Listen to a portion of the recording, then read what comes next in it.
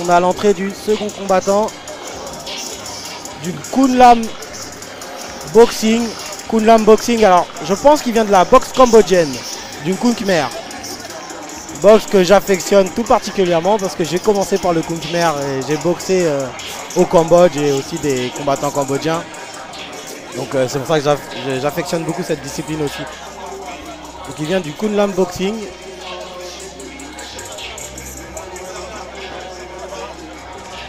Et si vous regardez bien, il a pas un mokong autour de la tête, mais un espèce de drapeau cambodgien. C'est que eux ils mettent pas le mokong au Cambodge. Ce qui fait la différence entre le Kun Khmer et la boxe thaïlandaise. Qui apparemment a beaucoup de supporters qui sont sur place, donc il doit être de la région celui-là, je pense.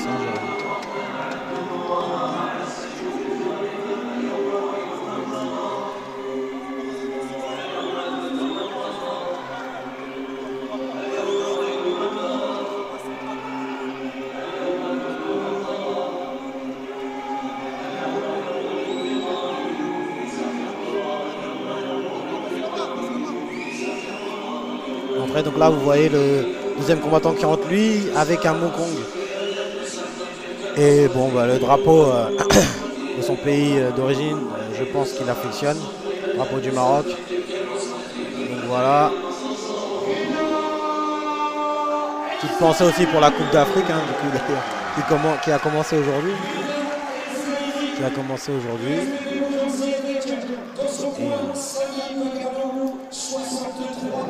Allez, on va souligner que oui. C'est bien que Morgane Prévost, l'organisateur, donne sa chance à des jeunes. Oui, c'est clair. Parce qu'on est quand même dans une belle enceinte, le contexte est idéal pour performer, faire parler un petit peu de soi.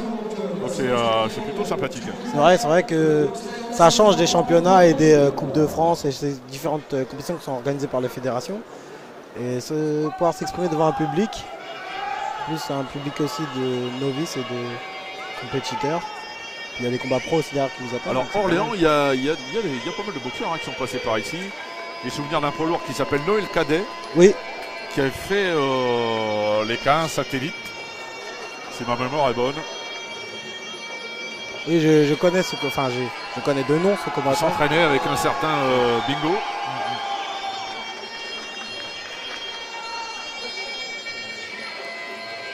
Peut-être Villepinte, il était avec Rudy Richard. Ouais, c'est ça. Qui eux pratiquent les anciennes pratiques, les anciens règlements, et la FKMDA. Qui reste pour l'instant la délégataire de la discipline, hein, du Muay Thai. Ouais, la FKMDA est délégataire. Ouais. Pour l'instant, parce qu'on le sait tous, la délégation de pouvoir sera suspendue tous les 4 ans. Avec l'Olympiade. Et réattribuée ou pas, ou on ne sait pas s'il y a un changement ou pas, après les Jeux Olympiques.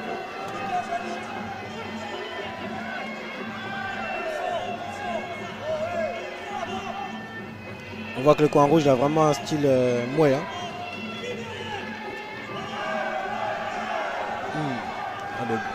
Puisqu'on a parlé de tatouage, je demanderai à Jimmy Vienno à l'occasion. Oui. Pourquoi autant de tatouages ouais, Jimmy c'est pas pour les mêmes raisons. Je pense que lui c'est plus pour le style, l'esthétisme, voilà. le connaissant, je pense que c'est plus pour ça.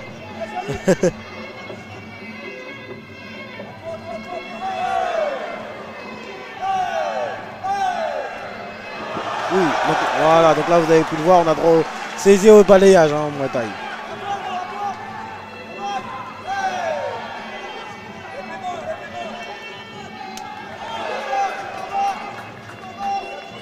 Belle opposition de style. Hein. Ouais. J'ai bien l'impression qu'à la longue, le bleu va prendre l'ascendant. Je sais pas. J'aime bien le style du rouge. Je trouve que Yannick, pour l'instant, s'emploie bien. Tu avais raison, tu avais parlé de corps à corps. Ouais. C'est ce qu'il essaie d'imposer. Il est pas mal, hein, Reda Saïdi, dans la réplique. Voilà, c'est ça, il a la réplique. Hein. Saïdi, il a la bonne réplique. Il a l'air d'avoir une anglaise lourde.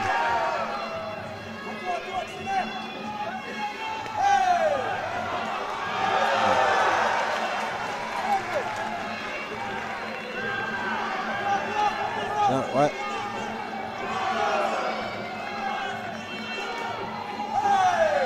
Ouais, il cherche tout de suite le corps à corps. Hein. Ça va être le corps à corps, ça va être essentiellement ça. Bien vu, hein, c'est Célestin depuis le début. On l'a dit à l'annonce. Alors ça, tu connaissais... Non, pas du tout, je connaissais pas du tout le combattant. Bon, je connaissais pas, mais après, de ce que je vois, c'était presque sûr à 80% qu'il allait avoir ce style-là. Hein.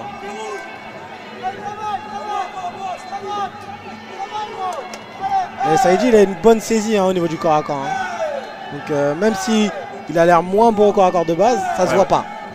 Non, ça va. Ouais. Et en plus, je pense qu'il va fatiguer le coin rouge là. J'ai l'impression. J'ai l'impression que Janit là, il va commencer à baisser de rythme. Voilà. Mais c'est bien, il revient fort là avec un uppercut au corps. Voilà, corps à corps. Bah, c'est assez propre, hein, il y a peu d'intervention de l'arbitre. Oui, c'est ça. Hein. Ça veut dire quand même qu'il y a un bon niveau sur les amateurs. Il y a une vraie maîtrise des techniques. C'est clair. Fin de la première reprise.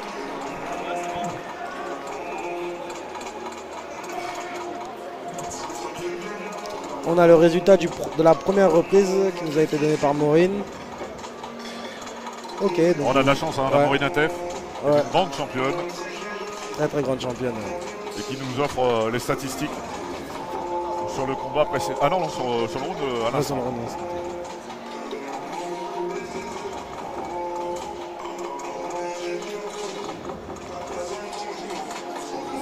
Je vais regarder les commentaires en même temps.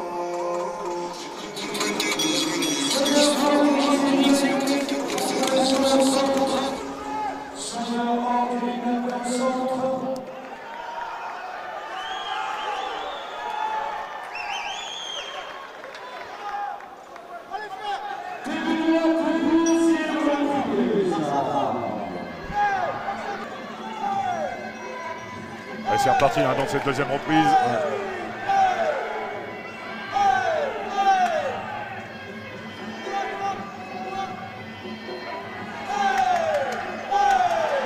On met du cœur à l'ouvrage hein, dans les coins. Ouais. Ouais, dans les coins là, ils sont. On est version déchaînés. Stadium thaïlandais. Ouais. On est au Raja Damnen là. C'est ça.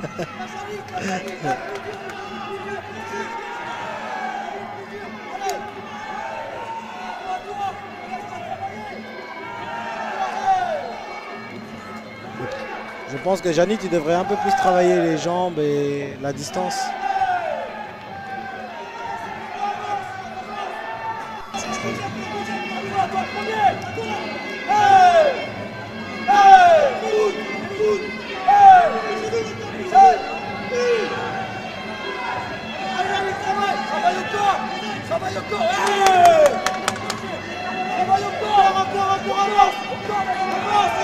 Le coin bleu il a trouvé son rythme. Il a trouvé son rythme. Reda là il a vraiment bien trouvé son rythme. Alors il y a de la technique, il manque un petit peu d'intensité quand même. Hein. On va pas se mentir. Après je pense que c'est le côté corps à corps qui amène cette... C'est ça. Même si ça reste très énergivore hein, le corps à corps. Attention. Ça fatigue les bras, c'est même au niveau du cardio. Faut une bonne préparation en amont. Ouais.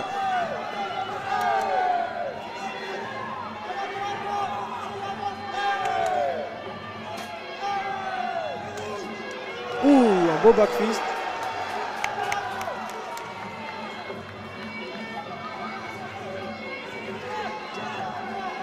Il y a un peu plus d'intensité hein, dans ce que fait Reda et Saïdi. Mais peut-être de la constance de la part de Janit là. La constance en fait. Moins de rythme mais plus de constance. C'est ça, c'est exactement ça. Là, il commence à reprendre la main sur le ring là. Sur le round, pardon. Et puis alors il y a quelque chose qui ne trompe pas. On voit Reda, pas Reda, Reda et Saïdi la bouche ouverte. Ouais, je pense qu'il a démarré vite aussi en même temps. Et peut-être le côté corps à corps. C'est ça, il faut récupérer. Qui fatigue aussi. Et qui commence à payer pour Janit.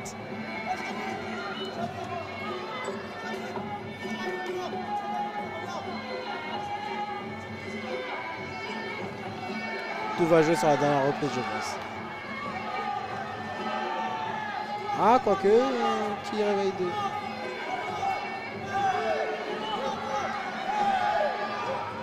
Ah, il lâche pas hein, pour autant. Niveau mental, Reda. Gros mental hein, des Voilà. deux combattants, franchement gros mental des deux combattants. L'entraîneur de Janit a l'air satisfait.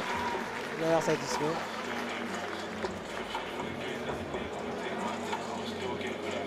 Alors là, il faut bien souffler, bien s'oxygéner.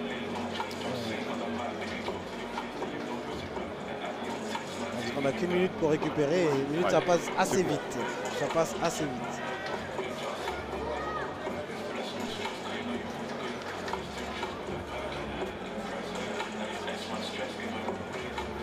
On aura toujours 2 hommes dans le coin, hein, pour les côtés amateurs jusqu'aux professionnels. Professionnels, on peut avoir 3 hommes dans le coin.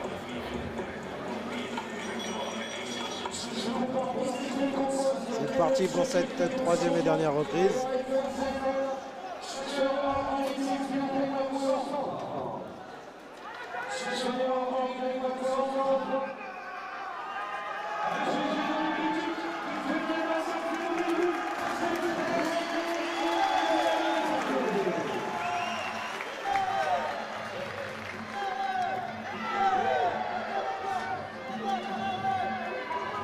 Ah oui, là c'est du à toi à moi là.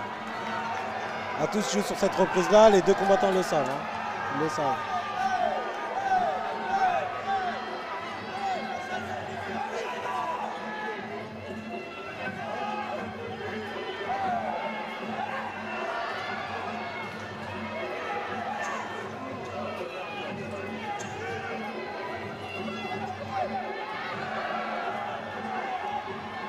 Ah, il est solide hein, mentalement, Reda Saidi, parce qu'on l'avait bouche ouverte dans la deuxième et puis là, il revient finalement fort. c'est lui qui presse bien.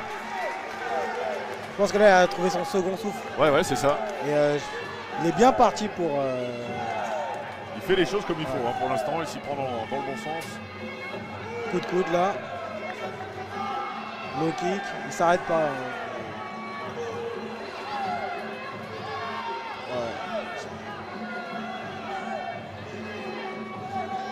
C'est ça que j'ai toujours à mes élèves, moi. 3x3, le premier round, il faut le prendre. Hein. Parce qu'après, quand le deuxième round, tu le perds, tu peux te rattraper sur le troisième. Et pour rattraper après le round que tu as perdu, c'est plus compliqué. Ah. Alors il va à l'énergie, hein, évidemment. Le boxeur de Beaugency, on n'est pas très loin hein, d'Orléans. C'est une belle catégorie, ça aussi, 163 kg 500 là. C'est une catégorie où ça va vite. On a du débit, de la technique.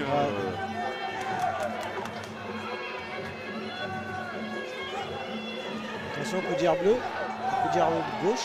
Alors les coudières, hein. Ouais. Je suis relativement contre. Moi, pareil. Pareil.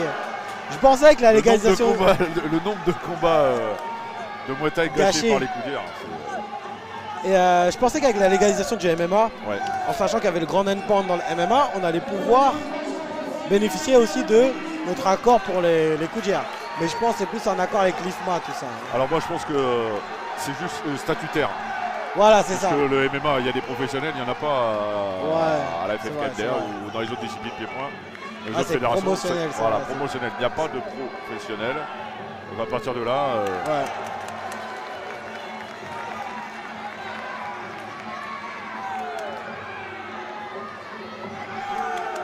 on voit le coup de Canet qui a voulu rentrer.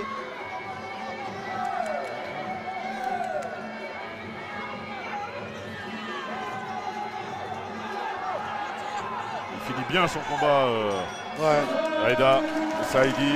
Ouais, Reda Saidi, je pense que il peut être content de lui. Les deux combattants. Ouais, bien sûr. Un bon combat, mais Reda a su passer devant un boxeur vaillant et valeureux. Il a bien épuisé en corps à corps. Hein. Ça n'a pas été facile à boxer avec son corps à corps. Il a bien gêné. Tariq Ben Mansour qui appelle les invités pour remise de trophée. Tariq Ben Mansour, c'est celui qui m'a formé pour pouvoir rentrer en banque. D'accord. Parce que je travaillais en banque et c'est Tariq qui m'a formé. On a le pointage de Maureen. C'est souvent ça, hein. C'est souvent ça. Hein. Même quand il y a ce qu'on appelle le trash talk qui est plus courant aujourd'hui, à la fin des combats, on se fait toujours un câlin, hein, les combattants. On s'arrive.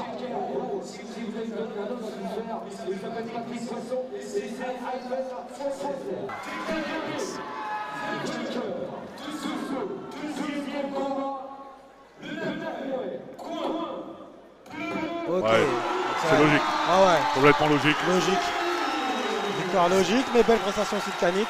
Et Bravo à Reda. son adversaire évidemment, mais non, il n'y a rien à Bravo dire. Reda, sur la hein, décision. belle prestation, franchement, j'aime bien. Beau style. Hein. Ah, il a des supporters aussi dans la salle. Hein. Ouais, ouais. Même dans le live, là, il y a pas mal de monde qui commente à Reda, franchement. C'est bien, c'est bien. Beau combattant, hein. Franchement, j'aime beaucoup son style. Il a le style parfait entre le kick et le muay. Ouais. Il peut boxer dans les deux disciplines, je pense.